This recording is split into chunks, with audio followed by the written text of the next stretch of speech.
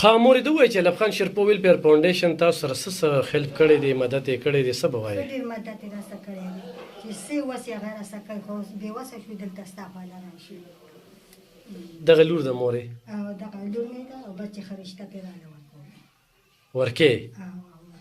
ځکه چې دام تېرله ده او زه په خپله پالج والم ناروغه ښځه یم خو چې دام راته چې ناسته مې سبب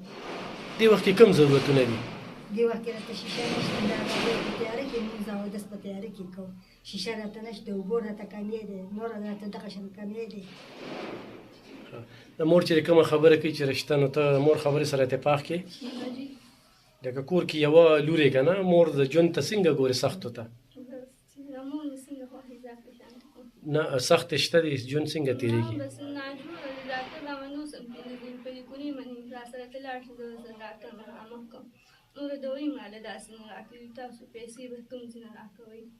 ستاسو ځوانان نشته تاسو پیسې نه